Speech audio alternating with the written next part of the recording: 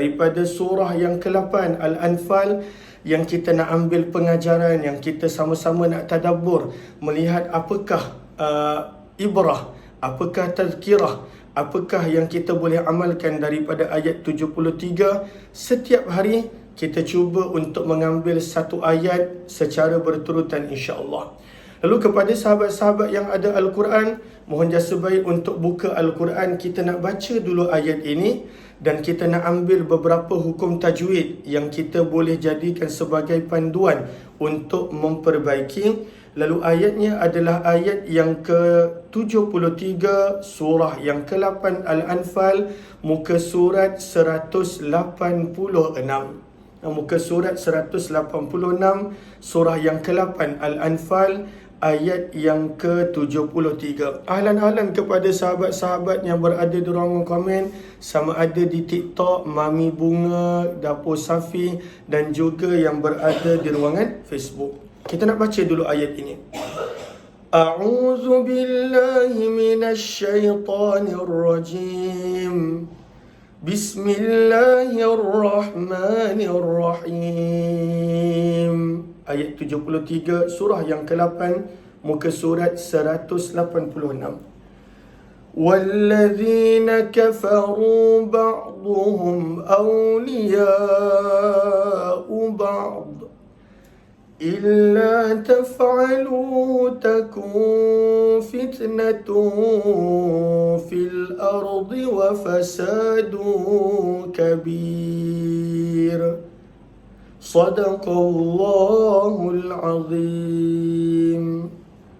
Maka pada ayat yang ke-73 untuk hari ini, kita nak melihat yang pertama pada perkataan walladhi. Maka pada walladhi adanya perkataan, adanya huruf zal, walladhi. Dan huruf zal ini, cara sebutannya adalah hujung lidah diletakkan pada hujung gigi kacip atas. Hujung gigi kacip atas. Maka hujung lidah diletakkan pada hujung gigi depan yang bahagian atas, itulah makhraj dia. Walladhi. Dan daripada makhraj ini keluarnya beberapa huruf yang lain, iaitu huruf tha dan juga huruf dha, daripada makhraj yang sama. Maka kalaulah kita lihat di dalam tajwid, apakah makhraj bagi ketiga-tiga huruf ini? Yang kita bincangkan huruf zal, dan termasuklah dengan huruf zal adalah tha dan dha, iaitu makhrajnya adalah tarful lisan ma'a atrafis sanayil ulya. Hujung lidah yang diletakkan pada gigi depan bahagian atas. Maka itu adalah makhraj dia. Walladhi. Dan daripada makhraj ini keluarlah juga huruf tha dan juga keluarlah juga huruf dha. Maka hujung lidah disentuhkan pada bahagian gigi atas depan. Ini adalah makhraj zal. Dan antara perkataan yang kita nak fokuskan juga adalah walladzina kafaru, huruf kaf. Banyak orang ketika mana membaca huruf kaf, dia terkeliru ketika mana kaf dalam keadaan tidak berbaris, sukun, dan kaf dalam keadaan berbaris. Tidak dinafikan bila kita sebut huruf kaf ketika dalam keadaan sukun, dalam keadaan mati, maka dia ada udara yang dilepaskan, yang dipanggil dalam tajwid sebagai sifat al-hams. Sifat hams, ha mim sin, hams. Maka huruf kaf dan huruf ta, bila kita matikan dia, contohnya Allahu ak, maka dia ada udara yang dilepaskan, ada angin yang dilepaskan kerana sifat al-hams yang ada pada huruf tersebut. Namun para ulama tajwid tegaskan, kalaulah huruf tersebut berada di dalam keadaan berbaris, terutamanya huruf kaf dan juga huruf ta, ketika mana berada di dalam keadaan berbaris, maka tidak ada udara yang terlepas. Maka jangan pula kita baca walladzina ka, tidak. Maka ini yang ditegaskan di dalam di dalam perbahasan tajwid, maka tidak ada angin ataupun udara yang dilepaskan bagi huruf kaf dan ta sebagaimana ketika dalam keadaan mati. Kalaulah dalam keadaan sukun, dia ada udara yang dilepaskan. Allahu dia ada udara yang dilepaskan. Dia ada. Tapi ketika dalam berbaris, maka tak boleh baca begitu. Tak boleh kita baca kafaru, ki, ku. Maka tidak ada udara yang dilepaskan dengan begitu banyak ketika huruf kaf dalam keadaan berbaris, yang ada hanyalah ketika dalam keadaan sukun, dalam keadaan mati. Itu dua yang kita nak fokus pada pagi ini. Maka perkataan yang pertama zal, wallazi, hujung lidah diletakkan pada hujung gigi kacip depan. Dan yang kedua adalah ka, tidak ada hams dengan begitu banyak sebagaimana ketika mana huruf kaf dalam keadaan mati. Okey, apakah ringkasan ayat ini? Kata para ulama rahimahullah, kita ambil daripada tafsir Ma'ariful Quran. Maka dalam Ma'ariful Quran, yang merupakan tafsir yang telah ditulis di dalam bahasa Urdu sebenarnya, dan kemudian diterjemahkan di dalam bahasa Arab. Maka dalam Ma'ariful Quran, kata Syekh Syafiq Uthmani rahimahullahu ta'ala, penulis tafsir tersebut, 4 ayat yang terakhir daripada surah Al-Anfal, ayat 72, ayat 73, ayat 74 dan ayat 75. Maka keempat-empat ayat ini menceritakan tentang situasi hijrah baginda Nabi sallallahu alaihi wasallam. 4 ayat ini menceritakan tentang situasi hijrah baginda Nabi sallallahu alaihi wasallam daripada ayat 72 hingga ayat 75. Itu adalah ringkasan 4 ayat yang terakhir. Cuma kalaulah kita lihat ayat 72 dan ayat 73, ianya lebih fokus berkenaan tentang hukum ahkam harta pusaka ketika itu. Maka ianya lebih tertumpu pada hukum ahkam harta pusaka. Termasuklah ayat yang kita baca pada pagi ini, ayat yang ke-73 daripada surah yang ke-8 Al-Anfal. Ianya banyak berfokus berkenaan tentang hukum ahkam. Kata para ulama rahimahullahu ta'ala, kenapa ayat-ayat ini fokuskan tentang hukum ahkam harta pusaka? Maka kita kena faham pada zaman tersebut, waktu hijrah, apa yang berlaku. Nabi SAW pada musim haji tahun yang ke-13 kenabian, selesai daripada perjanjian Aqabah yang kedua, Nabi SAW telah perintahkan para sahabat untuk berhijrah.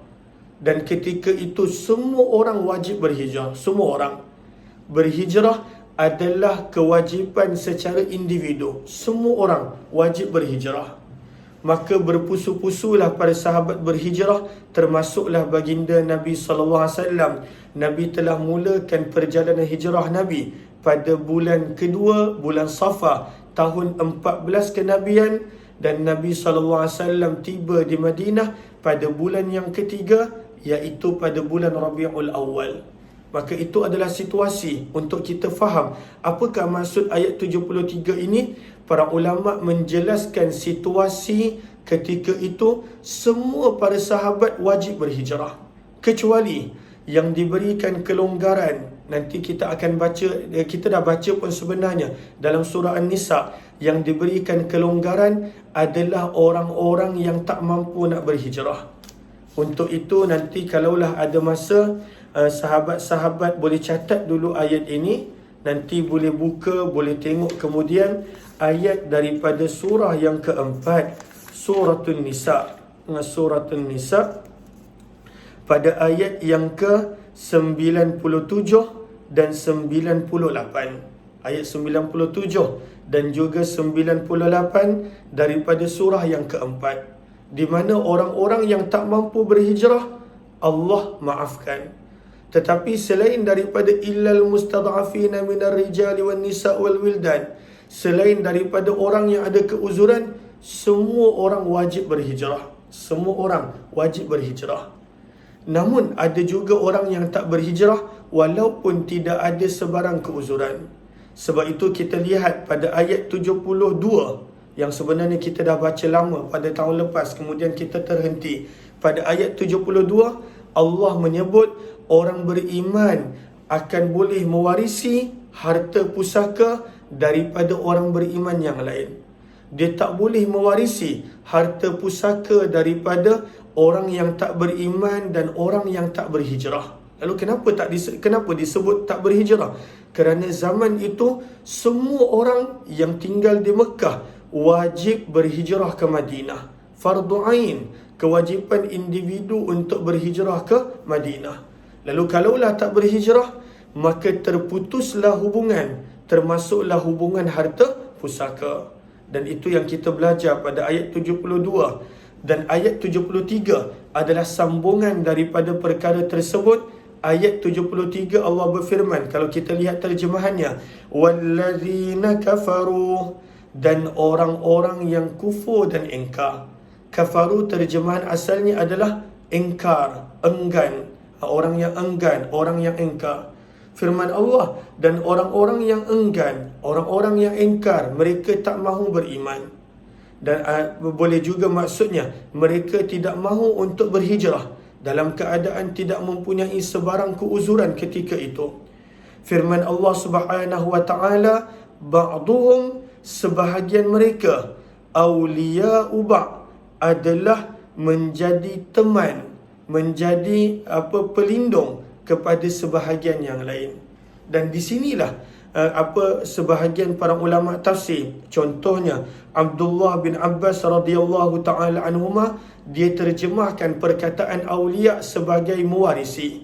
Maka kata Abdullah bin Abbas, dan sebahagian orang yang kufur dan ingkar, mereka mewarisi daripada sebahagian yang lain.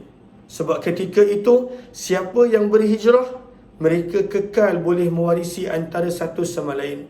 Siapa yang tak nak berhijrah, yang enggan, yang ingkar dan tidak mempunyai sebarang sebab dan keuzuran, maka mereka tidak boleh mewarisi daripada orang beriman yang lain.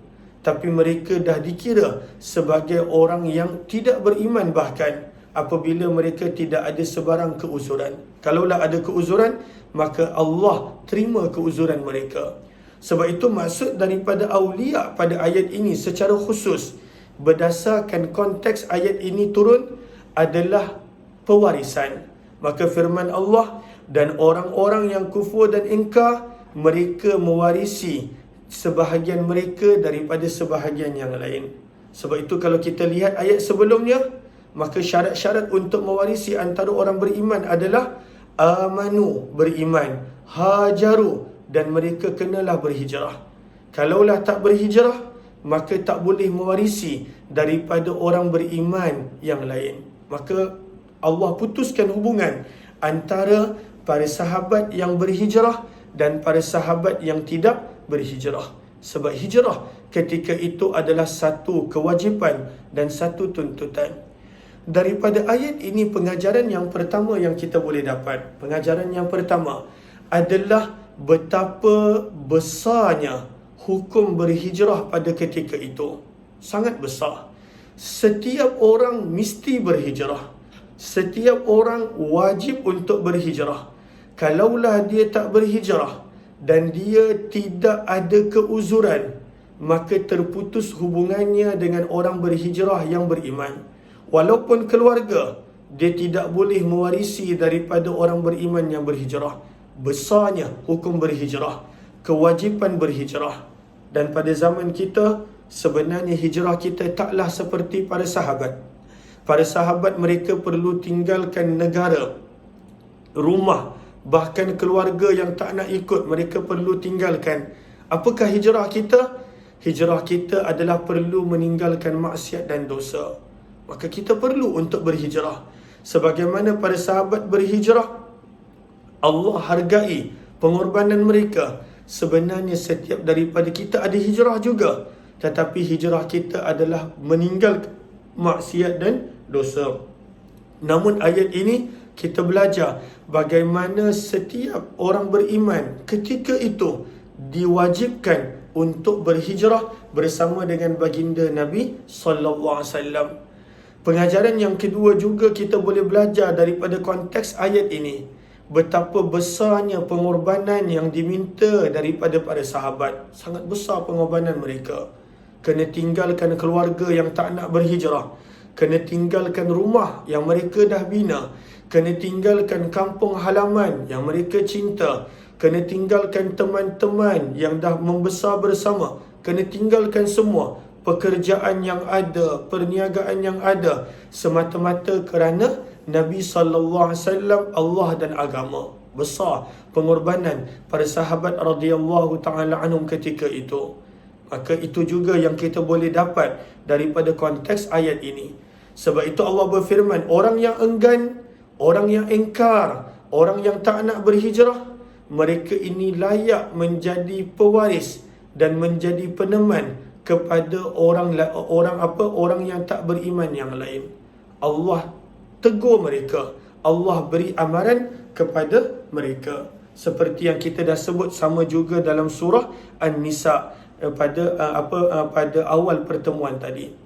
Maka firman Allah, wallazina kafaru, dan orang-orang yang enggan, orang-orang yang ingkar, ba'dhum, sebahagian mereka, awliya terjemah biasanya adalah teman dan pelindung. Tetapi kata Abdullah bin Abbas dalam tafsir Al-Baghawi, kata Abdullah bin Abbas rahimahullahu ta'ala, awliya di sini bermaksud mewarisi. Firman Allah, orang-orang yang kafir, orang-orang yang kufur dan enggan daripada berhijrah, mereka mewarisi antara satu sama lain. Tapi mereka tak boleh mewarisi daripada orang beriman yang berhijrah. Walaupun keluarga, mereka tak boleh mewarisi daripada orang beriman yang lain. Dan daripada sinilah keluarnya hukum bahawa walaupun keluarga, maka kita tahu orang beriman tidak boleh mewarisi daripada orang yang bukan Islam.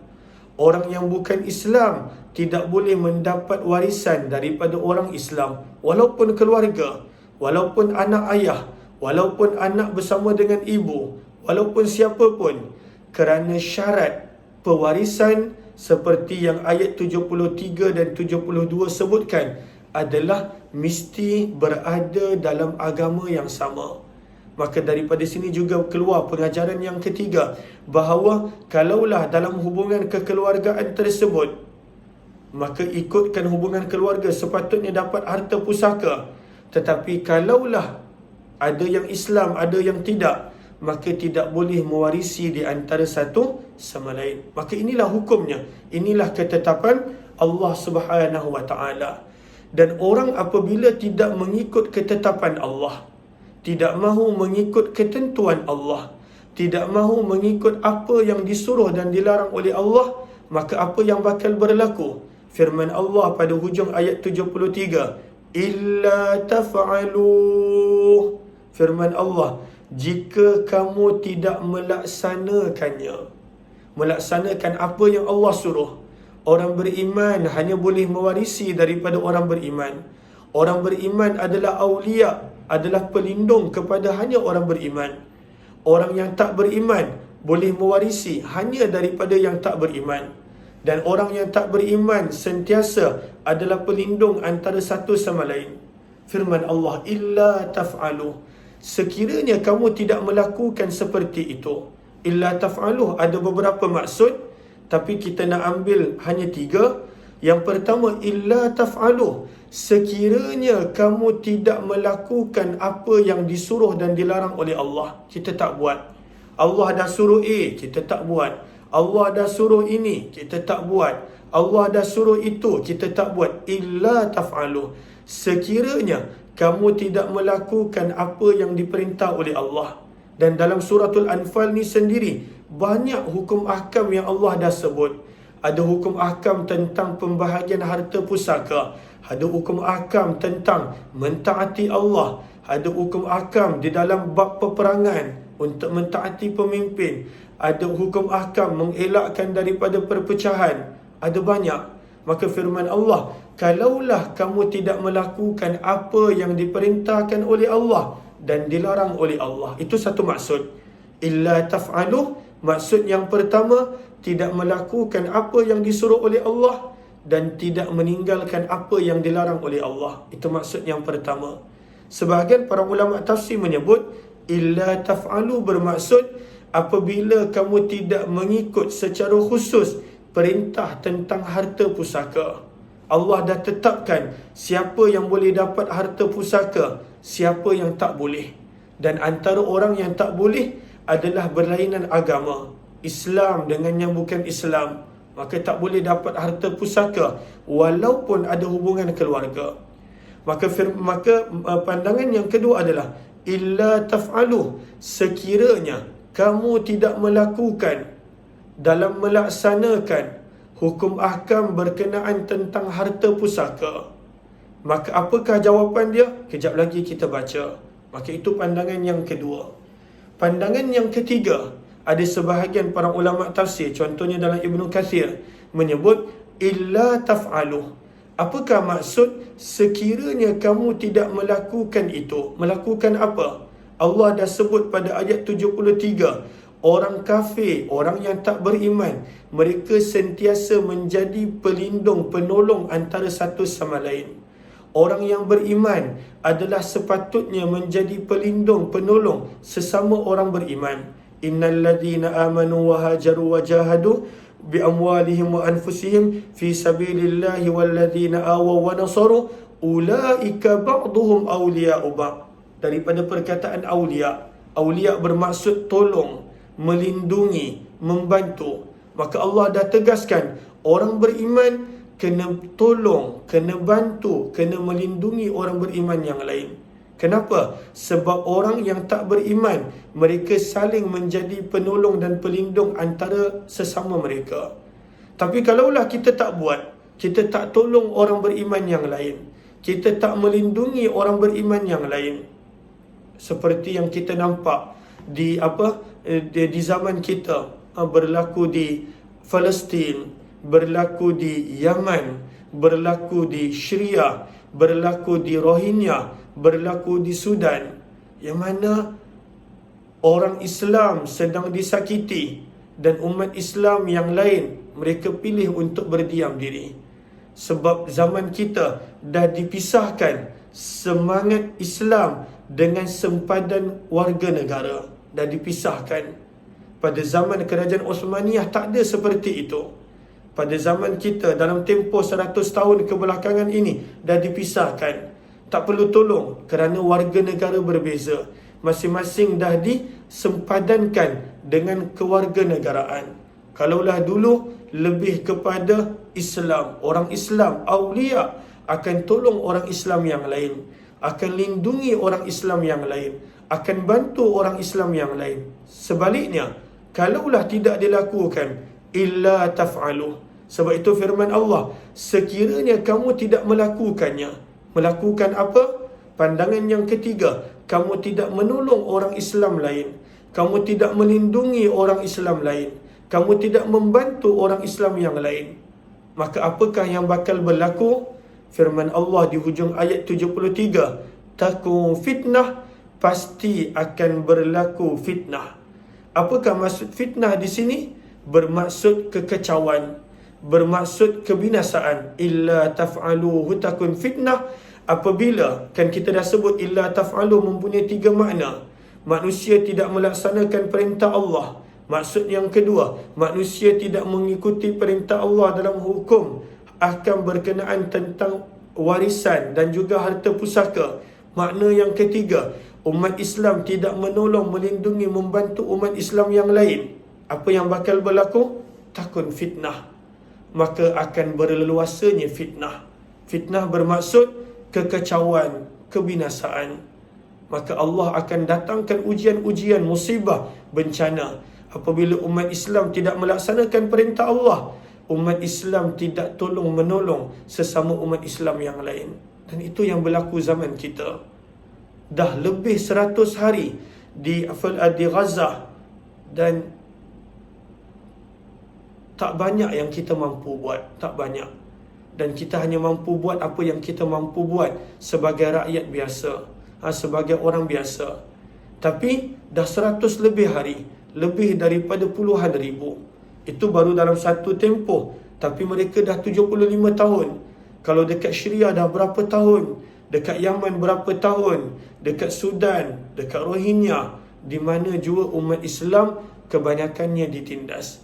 Dan tidak ada umat Islam yang lain berani untuk menolong mereka. Maka kalaulah kamu tidak melakukan apa yang Allah suruh, firman Allah, illa taf'alu, sekiranya kamu tidak melakukan perkara tersebut, firman Allah, takun fitnah, maka akan berlakunya fitnah. Apakah maksud fitnah? Kebinasaan, kekacauan. Dan ianya dikuatkan lagi dengan hujung ayat, wa fasadun kabir, dan akan berlakunya kerosakan yang besar. Akan datangnya kerosakan yang besar, akan berlakunya kehancuran yang besar.